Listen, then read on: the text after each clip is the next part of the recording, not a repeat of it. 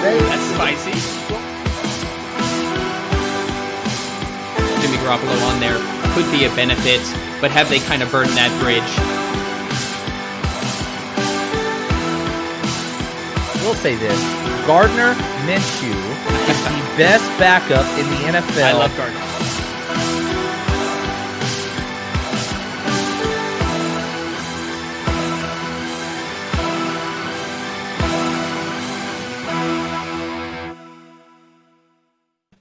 Welcome to 30 Minutes of Football with Legit Football, bringing you what you need to know today in the NFL in just 30 minutes. I am your host, Brian McFadden.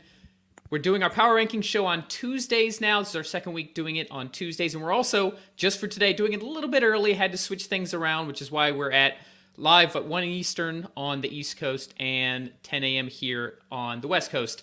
But as always, I've got Jimmy Ray from NFL Stats on Twitter at NFL_stats joining me for our Power Rankings Week 10 draft. But Jimmy, there's something else I got to ask you about. My normal "How are you doing?" has to lead with you as a Colts fan. Yeah. No more Frank Reich. Frank Reich era is done. Chris Ballard's still there. And who is your head coach right now? Number 63. Jeff Saturday, baby. Super Bowl winning center. This is actually kind of hard to say. Jeff Saturday, former teammate of and partner of crime of Peyton Manning. How much college and NFL coaching experience does he have? He has zero. He's zero. I believe. Okay. It sounds Just like wanted to everybody's clarify. saying he's the first coach to be hired with none of that experience. I didn't confirm that, but I assume that hasn't happened before. But It yeah, did, it's a and the very last surprising time was in, I think, 1961. Was it Norm Van Brocklin? Yeah. Norm Van Brocklin went from being a He's- player directly into coaching. So His name is everywhere. There's no precedent for, so maybe there's nothing to, maybe he'll be successful. Maybe Irsay's thinking outside of the box. But what is your state of mind before we jump into the power rankings here? The Frank Reich situation, obviously, he was dealt a pretty bad hand over the past 5 years with QBs and such, but he has to take a blame for that. He was part of the team, and he had some decisions. He had some opinion going into picking out QBs and stuff. So, and the offensive performance lately has just been very, very bad. So it was just a matter of time before, and we haven't won the division since he's been there. So it was only a matter of time. As for the Jeff Saturday news, I was working and I looked at my phone and I saw Jeff Saturday on there. I was like, what? He was just like in the Ring of Honor. He just came to the Tariq Glenn Ring of Honor ceremony a couple weeks ago. It's very surprising. My first initial reaction right now is it seems like pandering from Jim Irsay. Is like, hey, here's this, because there's a lot of the Colts fans who like Jeff Saturday, and it seems like people are happy with it, but they also know he has no coaching experience. I guess worst case, yeah. he loses all the games, and you guys are in position to get a really nice quarterback next year. That seems like what it is. I can't, because like there's nobody that can call plays on the offensive side of the ball. Yeah, on our coaching no one who staff has right now. any play calling experience. Apparently, Saturday was supposed to determine last night with a game. Do you guys play the Raiders Thursday? Is that the Thursday night game? We play Sunday. So you play Sunday, but you play the Raiders this week. Yeah, we do. And you have to figure out who's calling the plays with someone who's never called the plays before in an actual NFL game in the middle of the season with a guy who has never coached in college or NFL. What could go wrong, Jimmy? What could go wrong? What could go wrong, but what could be worse than what's been going on already with the Colts? So I guess it's very weird, and there's a lot of people around the league, I assume, that are looking down on us for that, and that's kind of upsetting too, especially with our coaching staff. I don't know what they're thinking or our players, but I feel like we can't gain any respect with this move unless it ends up working out. But yeah, we kind of need it to. Yeah, but we will go through the entire process at the end of the year. That's at least what we're told. I can never fully, like Frank Reich was told he was going to be safe a couple weeks ago. So who knows? Well, you have to go through the process because we have to. Yeah, the Rooney Rule has not been satisfied. But let's not dive into that. This is a good opportunity to dive into the actual power rankings and find out where these Colts are with a rookie at quarterback in Ellinger, a rookie head coach who has no real coaching experience. Let's go ahead and dive in. Anthony Wayner, our producer behind the scenes, go ahead and get that timer ready because 30 minutes of football with Legit Football Week 10 NFL Power Rankings Draft starts now. As always, Jimmy and I will take turns drafting from 32 to 1. I believe that I had 32 last time, so I'm going to give you this time. Let's start it from the bottom. Let's just jump it in. Who do you have at 32? I have the Texans. They lost to the Eagles. It might seem like forever ago on Thursday Night Football. Davis Mills had some nice plays. Damian Pierce is running well, but overall they keep losing games. They're 1-6-1 now. They're looking to guarantee that number 1 pick, but there's still a long way to go. They might get a couple of wins if Damian Pierce and even Jerry Hughes. He had a couple sacks on the defensive side of the ball, but they'll still remain at the bottom until they can get some wins. They played inspired football. Give them credit for hanging tough with the Eagles and being tied with them at halftime, but they still ultimately lost by 12 points, and that's kind of a reflection of this team's talent. I'm curious to see what happens with Brandon Cooks going forward. That's something to monitor. But yes, Damian Pierce, Offensive Rookie of the Year candidate. There's your silver lining. All right, let's go to number 31. I'm going to go ahead and put the Panthers. I briefly debated throwing them back down to 32 because the Texans played the only undefeated team, the Eagles, really well, and the Panthers got, I don't even have a word to describe, flabbergasted, absolutely steamrolled, curb stomped, however you want to put it. Some of the stats in this game: PJ Walker had, I think, 9 passing yards at halftime. 9. I think they had 1 first down the entire game. They did get a spark because Baker Mayfield was able to come in the second half and lead a couple touchdowns, but this was an absolute just drubbing. I don't have anything else to say for them. This is a lost season for Carolina for a lot of reasons. So let's just go to number 30. Let's keep it rolling here, Jimmy. Yeah, for my next pick, I had a couple different options for this pick, but I'm going to go with the Steelers, who are on a bye this week. Not much to say since they're on a bye. Kenny Pickett's not playing his best football. Obviously, it's his first season, so don't expect him to play his best football. TJ Watt still gone, I believe. He's back practicing. They've designated him to return.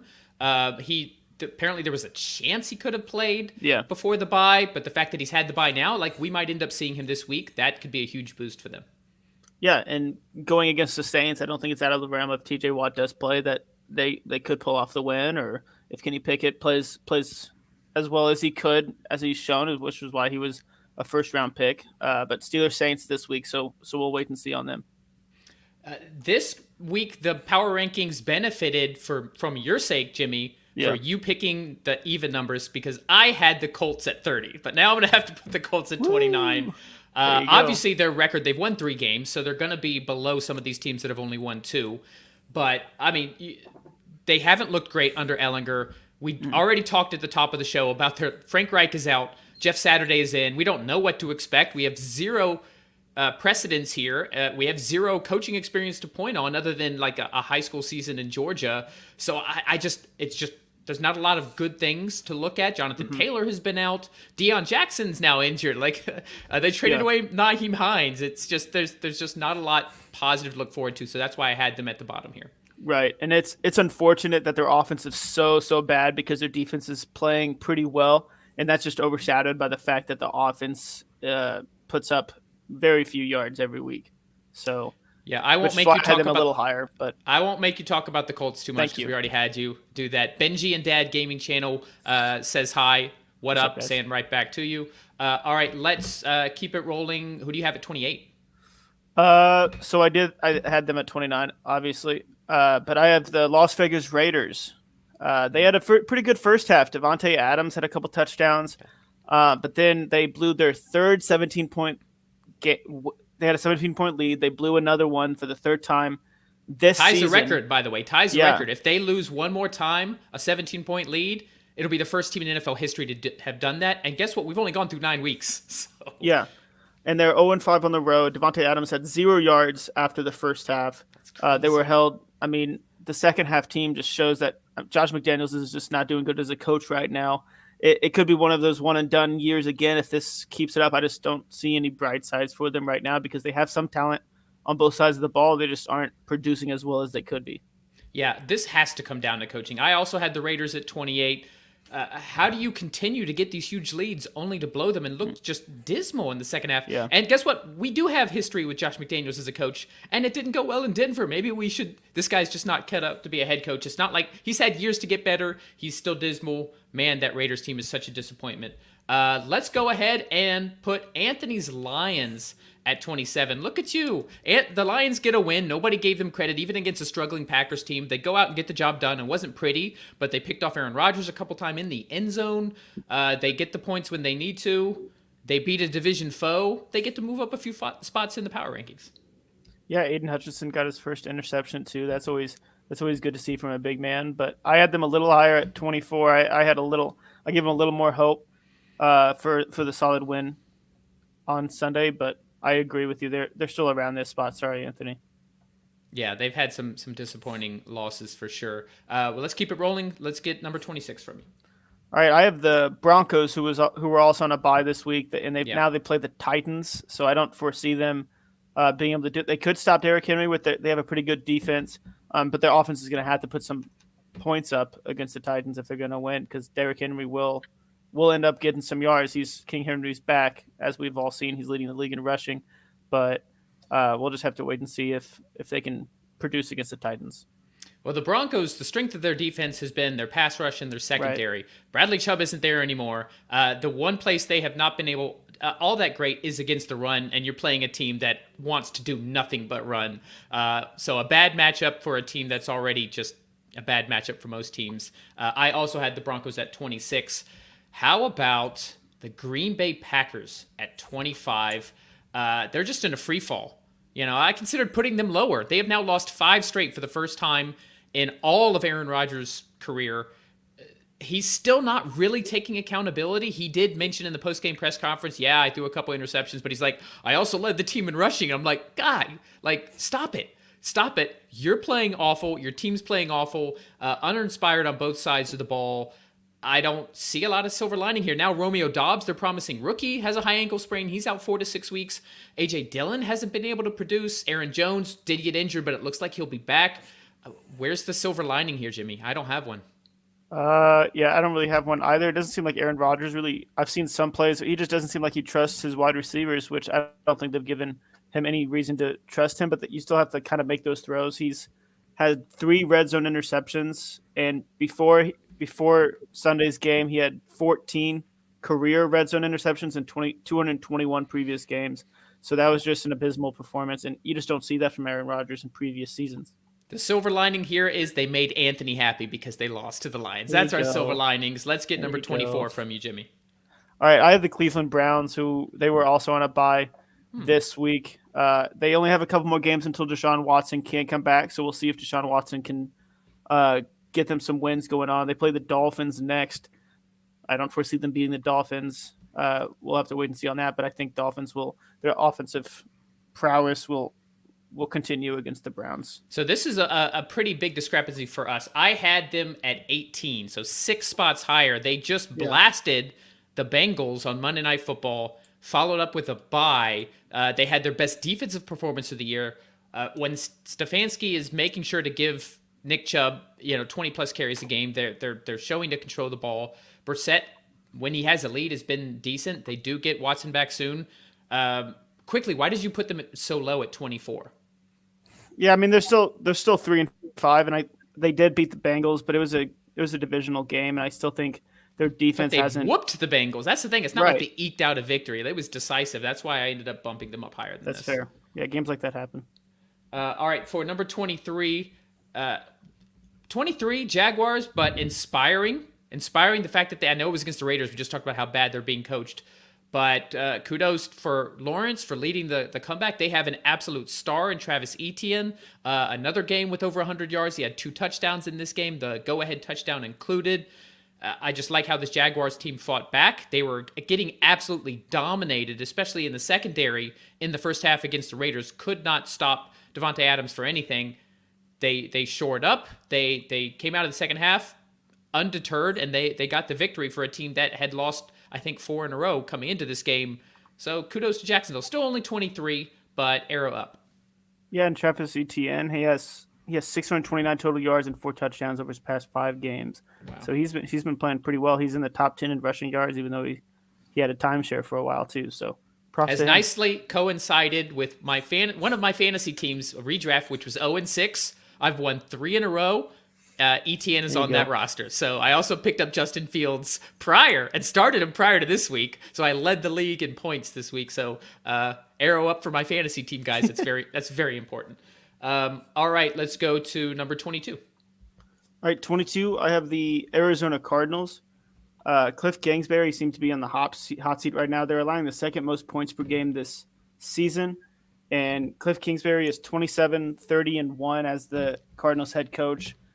And with the roster he's had and with Kyler Murray, it just seems like he could do better. But they had a tough loss to the Seahawks. They put up some points, but their defense just doesn't seem to be helping them out on that Real side quick, of the ball. Benji and Dad Gaming Channel said silver lining for the Packers is that their season is halfway done. There you go. It's almost over, guys. You're halfway there. I love that comment.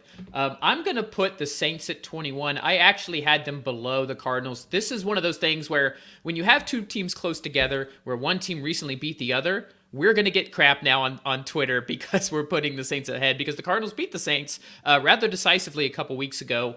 But still, I mean, I had them neck and neck, so I can see why you would put the Cardinals below. But I'm going to go and put the Saints at 21. Uninspired football, they're playing better. Their defense isn't bad. They did make some plays on Monday night last night, but ultimately they were never going to win that game against Baltimore. Baltimore was in control the entire game, couldn't convert. Yeah, that drop touchdown that Dalton threw, that was kind of like just the summary about how that game and maybe the Saints season is gone. The one silver lining here is the NFC South is awful, so you're still in it. Let's go ahead and move to number 20. All right, number 20, I have the Chicago Bears. Justin Fields had the most rushing yards in a game by a QB in the regular season. They seem like they're starting to figure out. Justin Fields is starting to figure out a lot of QB-designed runs that are going really well for them, and they put up 32 points against the Dolphins. They came up pretty close against them in a close win, so they moved up in our power rankings for me. I had them at 19, so 19? Around this place. But I could see them continuing to move. They are fun to watch. There's a reason that I picked up, and I also started Justin Fields in all of my DFS lineups this week and walked away making some money. Because yes, they had the losses on defense, and their defense has shown, but their offense has made leaps and bounds. They beat the Patriots. They were able to put up a lot of points on one of the best defenses in the NFL the week before in the Cowboys. They were able to almost pull it off in a high-scoring game against the Dolphins. I'm really excited to watch this Bears team going forward. Move on to number 19, and I'm going to put the defending Super Bowl champs, LA Rams. They are close to getting in the 20s here. They had this game, and they just continued to give Brady chances. Even as bad as the Bucs have been this season, you can't give the GOAT that many chances to beat you. He will finally pull it off. The defense, man, the way the Bucs marched down the field on that Rams defense on that last drive, it just looked like it was like, child's play. They just gave big gaps, wide open guys. They made it look easy. So Rams at 19, and I don't see them going much up from here. Yep.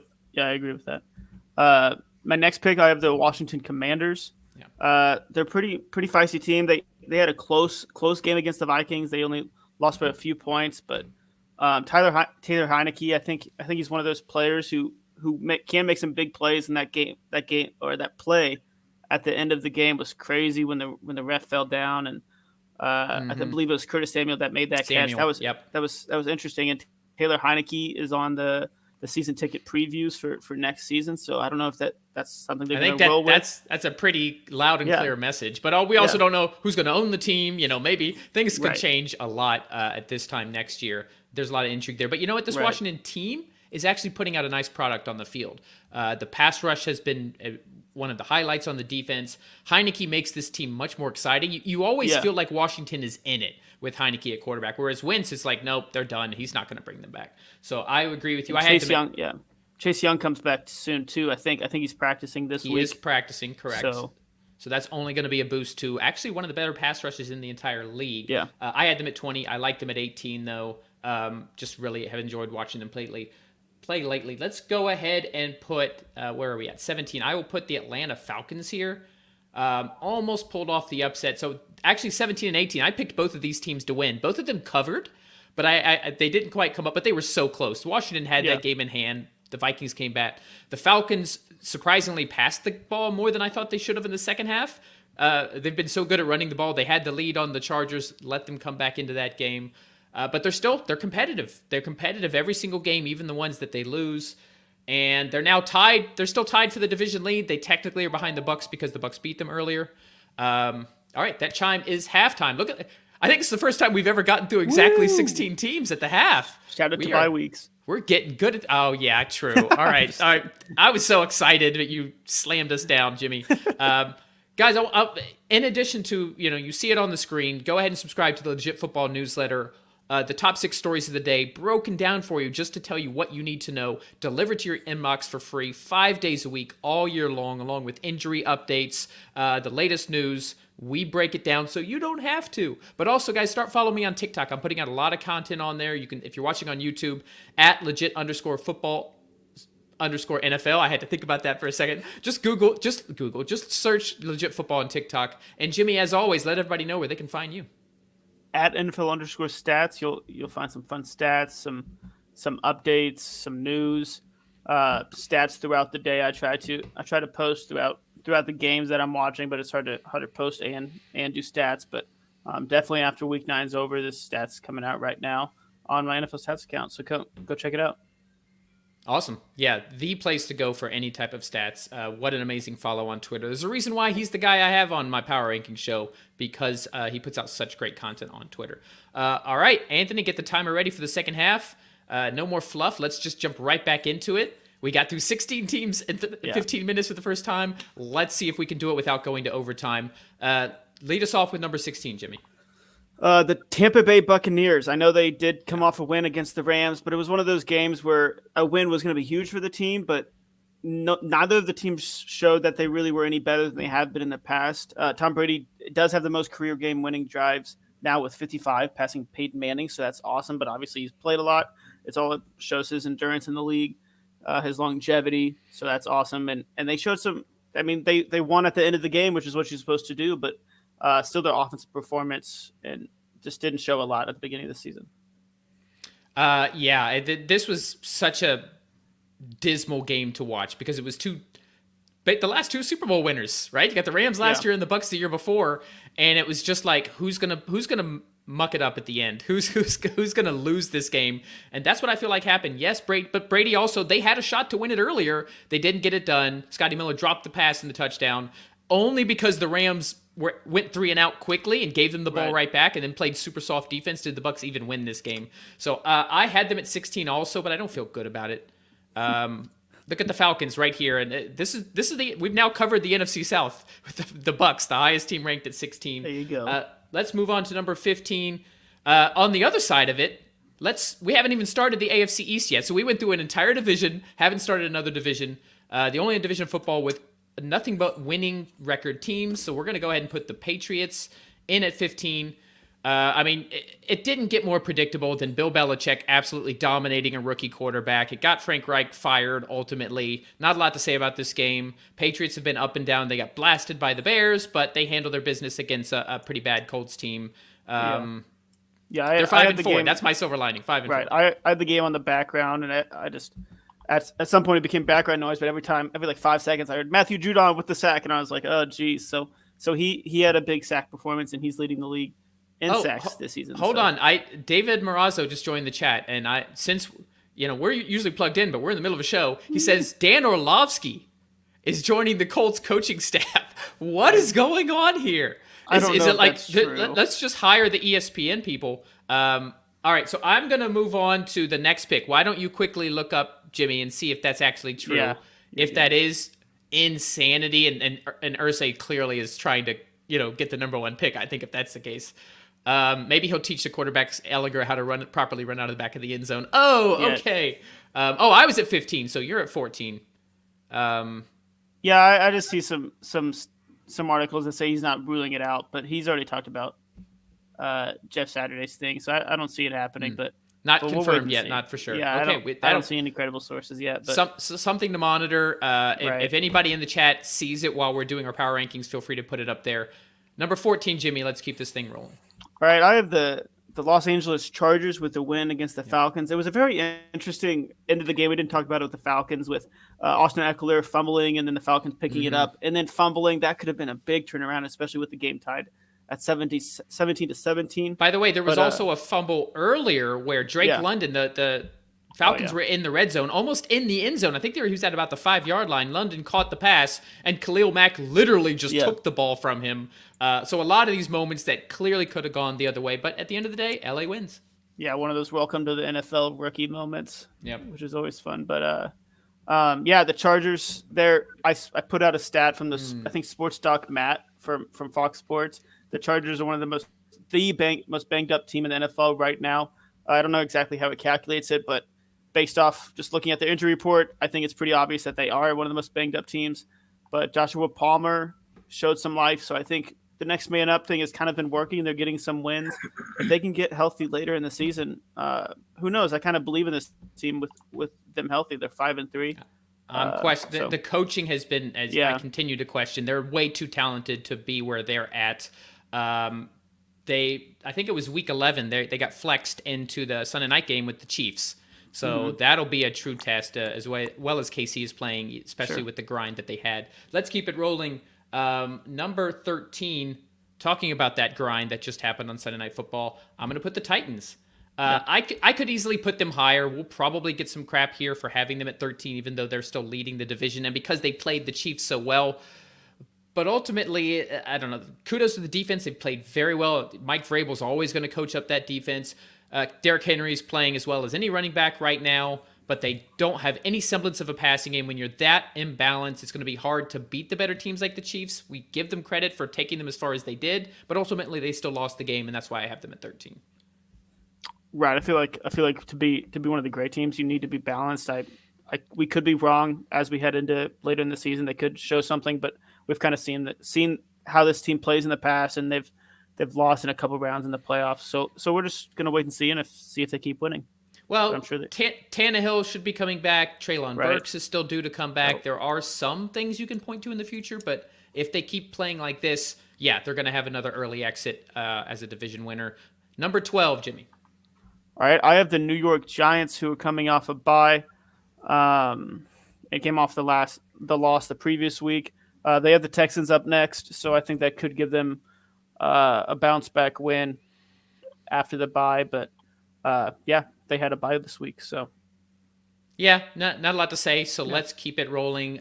Good for you, Giants, still being top 12. I also had them at 12. Number 11.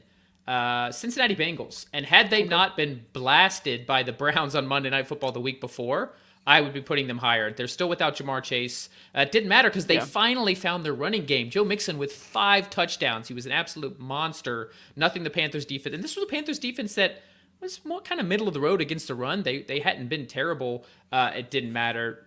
When the Bengals, we've seen their ceiling. I'll say that. The Bengals' ceiling is Super Bowl contender. But we've also seen they have 4 losses, so we have to keep that in mind, which is before anybody gets on our case about not having them in the top 10. That's why I have them at 11.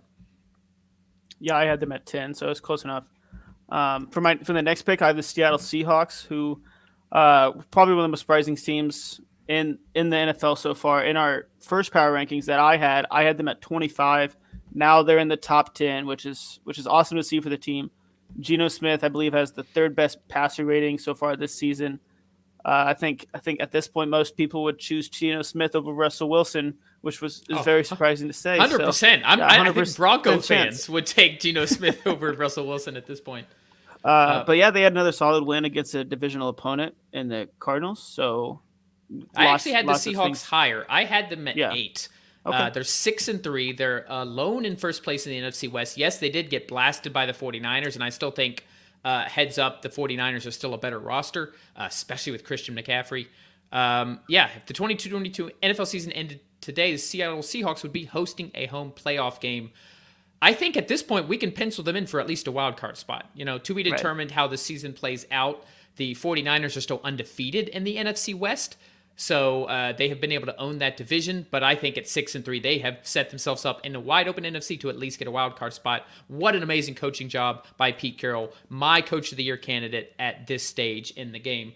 Number 9, let's go ahead and put my Miami Dolphins. And man, this offense is so fun to watch. I can't remember even my childhood growing up with Dan Marino and the Marks brothers, Mark Clayton, Mark Duper. they just weren't this explosive. It's like every game you've got Tua, who is in his element as a super accurate quarterback with 2 wide receivers who are open every single play. If you guys watch these Dolphins games, Tyreek and Waddle are like, he's not throwing tight window throws. These guys have 2 yards of separation every time they go out. Kudo to McDaniel for having that scheme, the Shanahan scheme to get these receivers open. A lot of work over the middle of the field. No one has been able to defend it. It's been fun to watch. Still problems on the defensive side of the ball, or else I'd probably have them higher. Bless you, Anthony. Decided not to mute himself for the sneeze. Hopefully it's not COVID. So that's why I got the Dolphins at 9. But as long as they continue to play well on offense, I can see them winning a lot more games and moving up here. Yeah, I had the Dolphins a couple spots higher, but they're around this spot, and like you said, their offense is rolling. So I'll trust your judgment as being a fan of them. So for the next pick, I know they're coming off a really big win. I have the New York Jets coming in. I still moved them up a few spots after beating the Bills. Losing to the Patriots a week prior. I think their defense is phenomenal. I think they're one of the better defenses in the league with a lot of the young stars in Sauce Gardner, Quinnen Williams. I mean, they're playing really well against some of the best teams in the league. I think their offense could still use some work. I think Zach Wilson did play solid, but without Breece Hall, I think their defense will take them as far as they can go. Did you have them around this spot, or did you move them up higher after the win against the Bills? I had them at 9. Okay. Zach Wilson played better. He played within the scope of that offense, but he's still a liability to me. But man, that defense, Sauce Gardner is legit. I know he got beat early against for that long pass to Stephon Diggs, but otherwise he had an interception. They slowed down Diggs for the rest of the game, and he had the game-winning knockdown on that 70-yard haul to Gabe Davis. But they're getting pass rush. Their running game, both James Robinson and Michael Carter, it's really just Zach Wilson that I have question marks of, or else I would have moved them up higher. So I'm perfectly happy to keep them at 8. They beat the Dolphins, so this makes sense that they're right ahead of Miami. Yeah. Number 7, I'm going to put the Niners. I know they're 4-4, but I figured that this Christian McCaffrey thing would work. It worked better than even I would imagine. I just love this roster. They have one of the best defenses in the NFL. They have amazing run after the catch playmakers. Deebo Samuel's practicing again. They had a bye week at the perfect time to get a lot of their playmakers healthy. They've got Ayuk, they've got Kittle, they've got Christian McCaffrey. Jimmy Garoppolo doesn't need to be the star. He just needs to get the ball to his playmakers. So we might get some crap for a 4-4 team being here, but man, I think they're on the upswing and one of the best teams in the NFC. Yep, and they have the Chargers next, so should be a fun game to watch, honestly. Yeah. So for my next pick, I have a team who just won last night, the Baltimore Ravens. Lamar was playing really well. He was running up and down the field.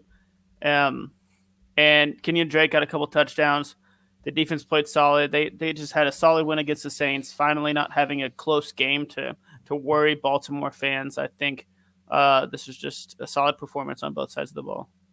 This is a really good Ravens team. I think the stat is they've led by double digits in every single game. I mean, the 3 they lost are leads that they evaporated. But imagine if they don't lose those games. So this is not a team that has had to fight and claw. They are very, very good.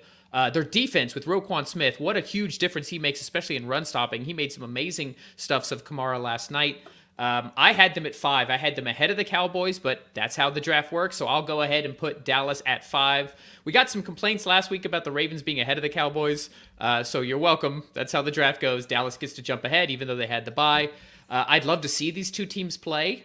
I don't know. I might get the edge to Baltimore, especially with that addition of Roquan Smith. I just think what an upgrade to that defense there. But Dallas, not a lot to say because they were on bye. We got about 2.5 minutes left, and we don't usually give it a lot of time to the top. So let's go ahead and jump into the top 4, Jimmy.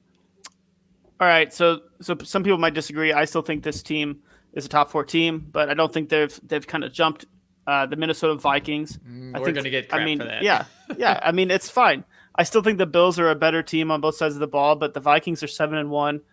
They've beat some fairly good teams in the NFL so far, and they keep winning games. They have a tough stretch against the Bills and the Cowboys coming up, so I think they can prove themselves there, and they'll move up in the power rankings if they can beat the Bills this week. Yeah, and I agree. That is the test. Yeah. If you happen to beat the Bills, who, by the way, we still don't know. There's a possibility Josh Allen misses this game. Yeah. In which case, wow, the Vikings, it's a whole different ballgame. I actually went ahead and put the Vikings at 2. We've been rewarding the Eagles for being undefeated all year, ahead of the Bills and the Chiefs. So I felt that the Vikings earned the number 2 spot. Even though they're squeaking out wins, this is a team that is finding ways to win. The only team they lost to was the undefeated Eagles. So it's like, I personally had them at fair. 2. We got them at 4. I can't fault you. You know, if they were going up against the Chiefs right now, I'd pick the Chiefs. And if they're going up against the Bills, which they are with Josh Allen, I'd pick the Bills. So I can't fault you for that. But I personally, putting this out in the world, I put them at number 2. I just felt like they had earned that. Yeah, I went back and forth. So I mean, I don't think it's top 4 team. I mean, it's just our power rankings, right? What are we to say? And they'll prove it down the line. So right, we'll know if they beat the Bills, they'll definitely be number 2 if they or number 1 if somehow the Eagles lose. Who knows? But I'll put the Chiefs at 3. Some people might disagree with how the Bills played against the Jets, but the Bills did beat the Chiefs recently, so I'm still going to put the Chiefs behind them. And the Chiefs had to throw 68 times or something crazy like that to beat the Titans. 68 times. Yeah, great job, Titans defense. But it's not like the Chiefs blew the doors off and getting that win. So I'm still going to put them behind the Bills. I'm assuming you're not putting the Bills at 1, so why don't you go ahead and give us number 2? Yeah, I have the Bills at 2. Josh Allen didn't have his best game. He got a little banged up at the end of the game, so he's questionable. Hopefully he plays because we'd love – I mean, Josh Allen is just awesome to see play. Even when he doesn't have his best game, I think he still has a solid game, running the ball, throwing the ball at times. I think just the end of the game, some poor choices were made, and they lost to a good New York Jets team. So, yeah, not a lot to say about the Eagles. They took care of business. They once again faced some adversity from our number 32 team, the Texans, and they still found a way to win. Yeah. There's nothing not to like about this Eagles team. And for once, I don't have to listen to, oh, the Bills would beat the Eagles. They should. No, the Bills have lost 2 games, guys. The Chiefs have lost 2 games. The Eagles have lost none. So if anybody in our mentions starts talking about how the Eagles should not be number 1 after this week, think again. The Chiefs lost to the Colts, and the Bills just lost to the Jets. Keep that in mind. It made the top a little bit easier this week. By the way, Benji and Dad Gaming, they agree. And David Morazzo says Ravens are better than the Cowboys. I'm with you there. The top was easier this week with the Bills losing. Any last thoughts before we wrap up the show, Jimmy? No, I'm excited for another week of football. The trade deadline's passed, and new players are starting to get acclimated to their new teams. So I'm excited to see how that turns out. I mean, I'm sure these will change next week again. They always do. But for our audio-only listeners, as I've been doing the past few weeks, I will recap the power rankings from 32 to 1. 32 Texans, 31 Panthers, 30 Steelers, 29 Jimmy's Colts. They might go even lower than that.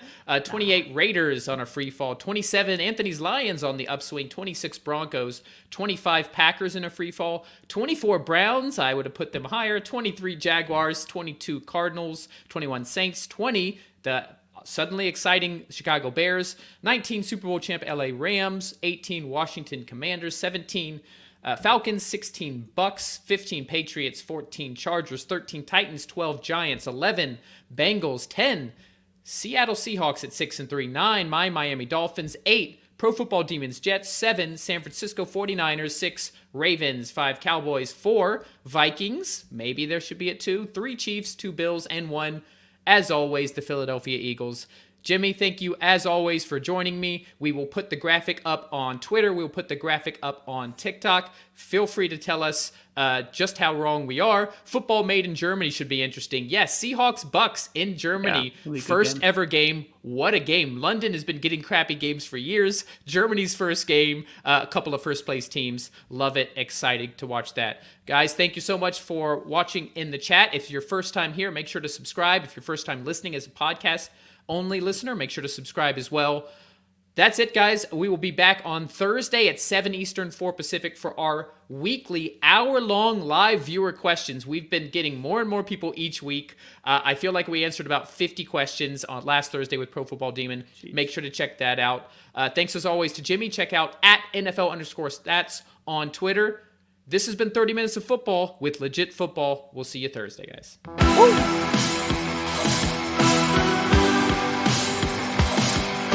That's spicy. Jimmy Garoppolo on there could be a benefit, but have they kind of burned that bridge? We'll say this. Gardner Minshew is the best backup in the NFL. I love Gardner.